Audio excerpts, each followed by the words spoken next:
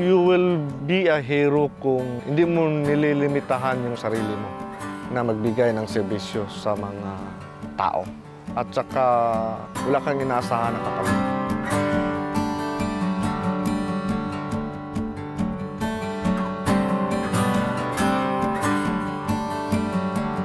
I am Police Senior Inspector Dennis Ebsolo, the Chief of Police of Villanueva, Misamis Oriental Police Office, and the former Station Commander of Police Station 8, Cagayan de Oro City Police Office. Actually, walang influence sa family. Gustong-gusto ko na talagang maging pulis. Nakikita ko kasi yung pulis talaga nilalapitan ng mga bata. Mga bata sa una? During that time, pagka-pulis ka talaga, ikaw yung takbuhan ng mga tao eh. Na-inspire talaga ako makikita ng pulis na giving assistance, giving service sa mga tao. Yung Cops on Horse, napasok yun nung nasign ako sa Police Station 8 ng Cagayan de Oro City Police Office. Kasi yung area of responsibility ng Police Station 8 is 12 hinterland barangay. Buti pa nga siguro ngayon kasi medyo okay na yung daan. May mga cemented road na. But nung nag-assume tayo dito, talagang sira-sira pa yung mga daan. And then during that time, when I was the station commander, isa lang yung patrol. Nung ginamit natin yung patrol, pumunta tayo sa mga area na sakop ng station, may mga area tayo na hindi napapasukan ng patrol. Actually, hindi naman talaga yung Horse Mountain Cup yung unang pumasok sa idea natin. Yung off-road motorcycle patrol. After doing that one, may mga area pa rin na hindi napasok ng motorcycle. Nagsimula na yung idea natin nung may makita tayo na isang residente din ng area na nakakabayo. So, tinanong natin sila kung ilang oras pwede gamitin yung kabayo. Doon nag-umpisa yung idea. Yung mga sitios na hindi mapapasok talaga ng patrol ng motor, yung ginagamitan natin ng kabayo. Mahirap para sa isang maliit na station. Kita mo naman yung station na to, medyo maliit talaga. Yung mga stakeholder natin, yung mga barangay captain, mga businessman na talagang naniniwala sa kakayahan ng pulis, sila yung nagbibigay ng pinansyal para makabili tayo ng kabayo at saka yung mga equipment ng kabayo, talagang nabuo natin. Yung ginamit natin, yung mga crossbreed lang. So nakakuha tayo ng nasa mga 40 to 50,000 per horse. Hindi pa kasali yung mga equipment ng kabayo. Meron tayong 4 na kabayo. Although at start, parang hindi maganda yung pagtanggap ng mga tao kasi parang katatawa-tawa nga. Binalik natin na kabayo. We are in computer age. Sophisticated na dapat yung mga gamit natin.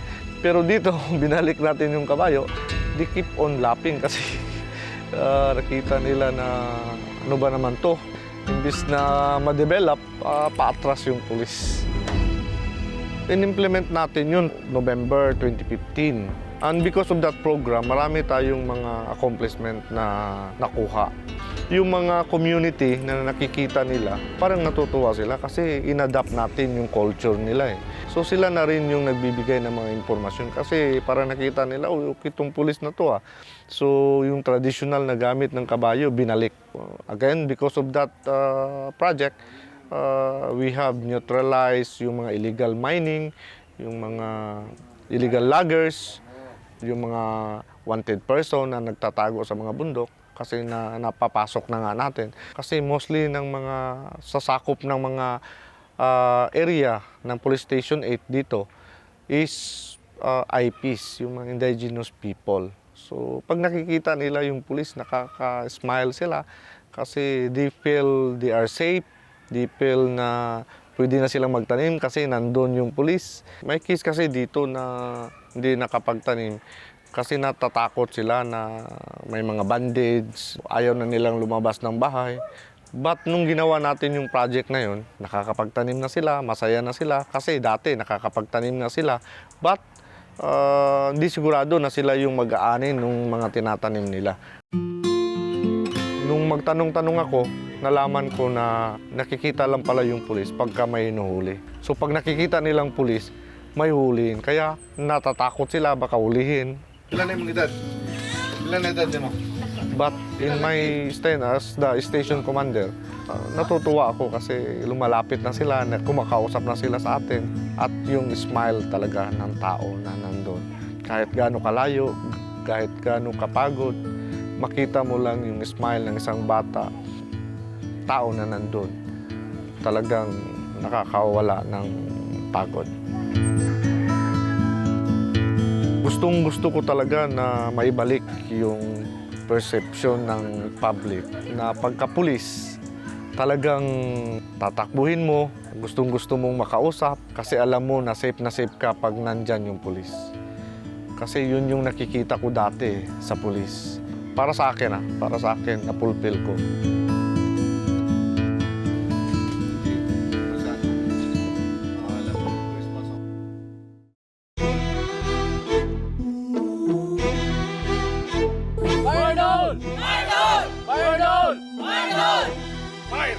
Nagiging masaya ako dahil yung role ko bilang maliit na part ng organization, kahit na maliit lang na mga achievements, malaki yung impact na naibigay natin sa community. Secure natin na maayos. Naintindihan? Yes, sir! Sa part namin sa Armed Forces, lahat ng ginagawa namin, mahirap man or madali, ginagawa namin lahat para sa sambayanan.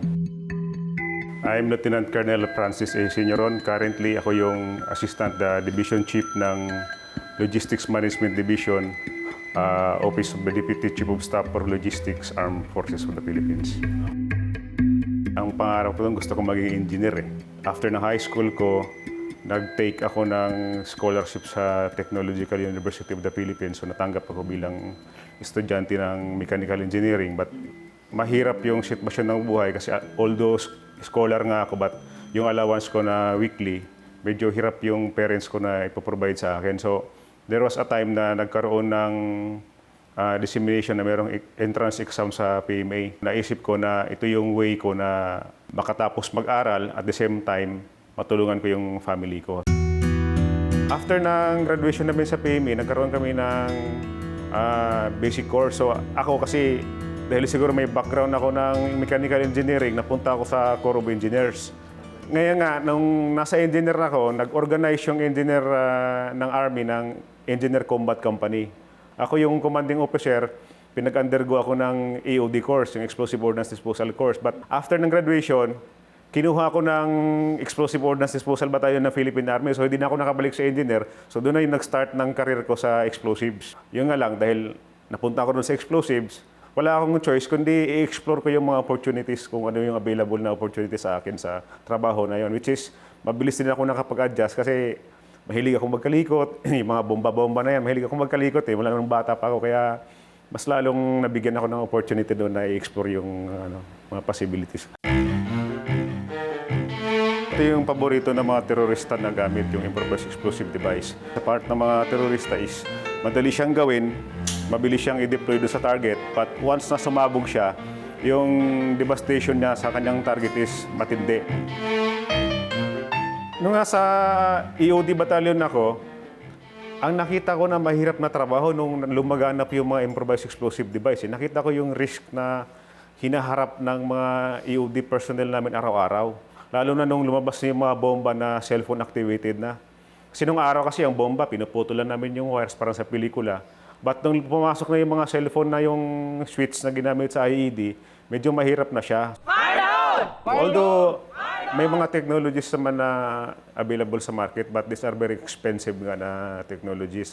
Katulad doon sa US, yung isang kit na yun is it cost 800,000 pesos. So mahirap yung Army, maraming sinusuportahan na organizations na unit. So dahil nga nakikita ko yung mga design na bomba ng kalaban, naiisip ko kung paano ko siya ika-counter. Nag-design ako ng simple na IED disruptor na locally available yung mga parts na kinakailangan. So very cheap siya.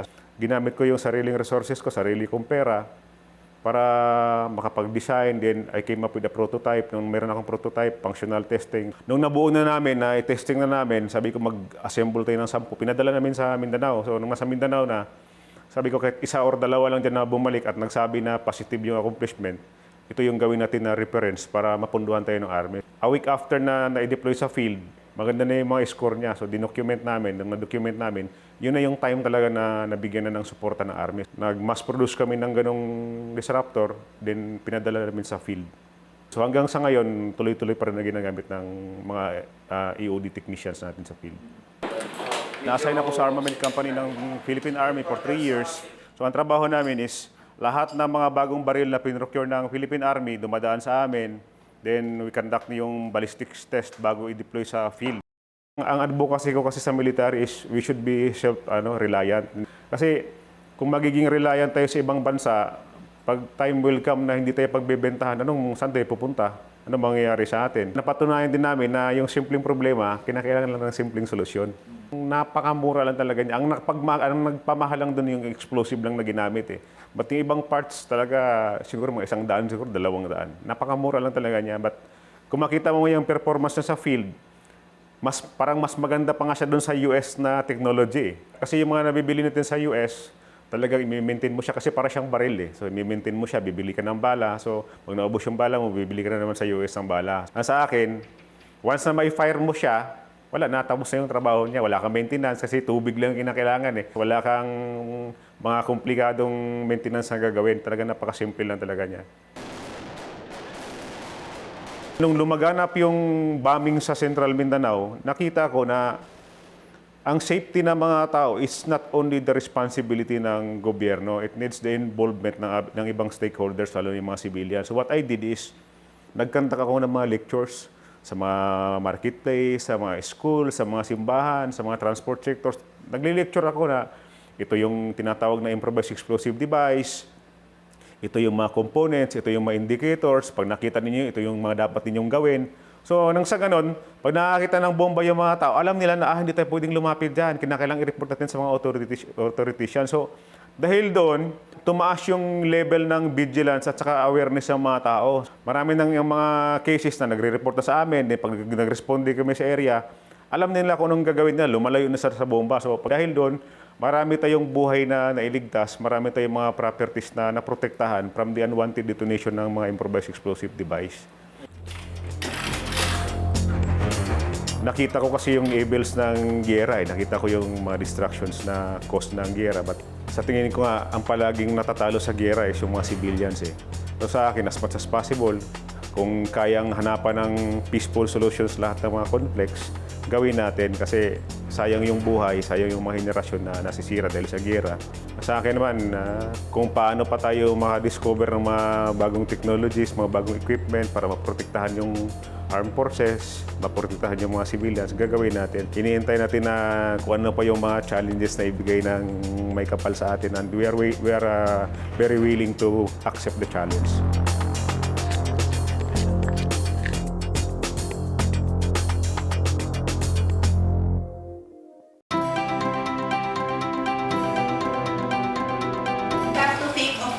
That way, so that you know if a geophysical method is going to work or not. Nakakapagod and sometimes it's very challenging, especially in the university where sometimes you have a lot of restrictions. But yun nga, when you have the passion to do what you do, Mukha daw pong pyroclast. at some point, you're able to accomplish what you set out to do. I'm Carla Dimalanta, professor at the National Institute of Geological Sciences, and I'm also currently the Assistant Vice President for Academic Affairs of the University of the Philippines.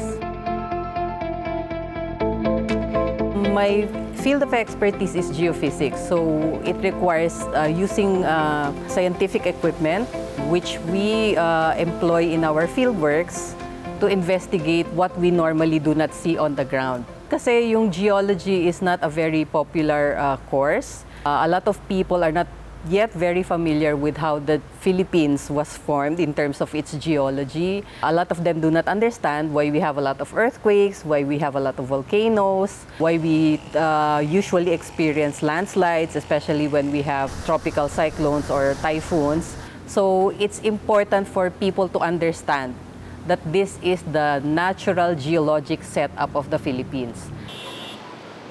People had the wrong impression that if everybody in the Philippines cut down their greenhouse gas emissions, makaka-contribute tayo sa pagbabawas ng impacts, negative impacts ng climate change. But what we were telling them is hindi yun makakatulong because the Philippines only contributes less than 1%. And it's the big countries, big developed countries that contribute more. Unfortunately, it's the Philippines which negatively suffers from these disastrous events brought on by climate change. When we went around the different communities, we were explaining to them it's better that we focus our efforts on being aware of these disastrous events and that the communities should come up with their own plans for disaster management so that, yun nga, when you have the typhoons, when you have the floods, when you have the landslides, people on the ground will know what to do. Initially, what we got from our regional consultations is that they were expecting the national government to tell them what to do. So we told them it will not work that way because you're the ones on the ground, you know your communities better than the national government because you're the ones exposed there. So we advised them that they have to come up with their own disaster management plans. Unlike if it comes from national government na hindi ka naman familiar what their situation is on the ground, baka magkaroon ng resistance pa. So it's better that they come up with their own disaster management plans. I think we have been able to help them be more aware of what they need to do. Ngayon, nakikita natin, people are now looking at the satellite images ng Pag-asa pag may mga bagyo like what we have now kay Ompong. Ang daming nagpo-post ng mga satellite images. So you know now that there's a heightened awareness. At saka para siyang sa US na pag may dumarating na hurricane, binabantayan talaga at tinutukan kung anong mangyayari dun sa nade-develop na weather system. Diba, it's 2.67 average crustal density. I'm co-teaching one subject at the Center for International Studies. So meron silang subject na cultures of disaster. So pinagsama yung the social science aspect plus the physical science aspect. Kasi nga, in order to address a disastrous event, it's not only important to address the social science aspect or the social science part, pero yun nga, understanding the physical science component para maintindihan nga nila why and how these disastrous events form. So we have this course for non-science majors. Kinukuha ito every second semester ng mga estudyante, and I think this helps students increase their awareness of issues pertaining to climate change. In 2010, the petition that my mother filed for the US was actually acted upon. I was supposed to leave for the United States because I was going to be granted the green card, which a lot of Filipinos aspire for. So I really had no plans of moving to the US.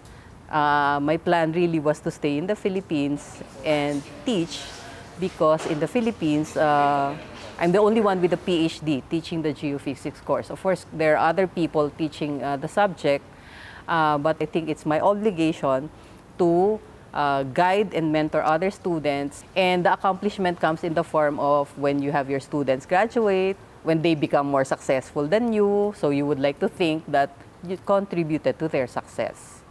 So you have to have an explanation for that, especially this one.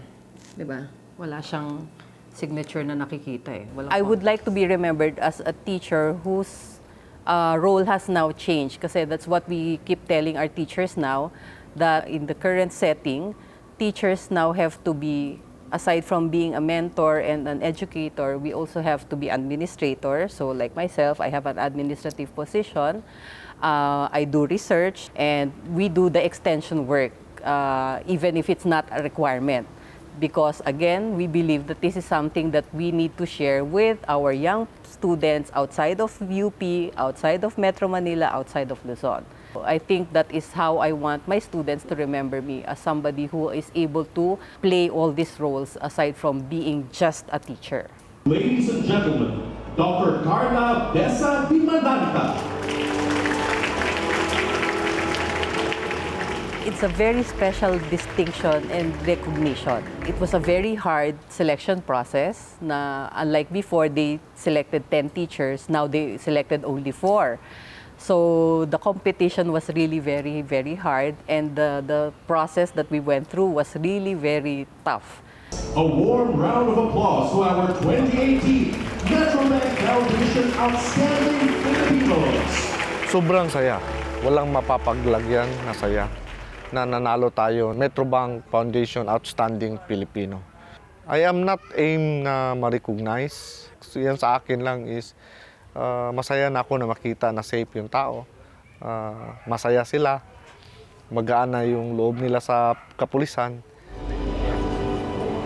Masayang-masaya dahil na nabigyan ng recognition ng Metrobank. So para sa akin, it's a validation na lahat ng mga ginawa natin for the previous year sa serbisyo is nasa tama tayong landas, na tama yung ginawa natin, nakatulong tayo sa community, nakatulong tayo sa organization. So very thankful ako sa Metrobank dahil sa recognition na yun. It really makes it more special na to be part of this 10 outstanding Filipinos for this year. Yung recognition na ito, I think this will inspire yung mga kapwa ko sundalo na to continue to strive for excellence. Hindi dahilan na mahirap ka sa buhay na hindi mo pwedeng baguhin yung kinabukasan mo. Sa akin nga is, problema lang yan, challenges lang yan. But Pilipino ako kaya kong lumaban kahit saan mo ko ilalagay. Nanalo tayo ng Outstanding Filipino, dudubluhin pa natin yung effort natin. At kung saan man tayo madidistino, sisiguraduhin natin na safety talaga yung mga tao naman.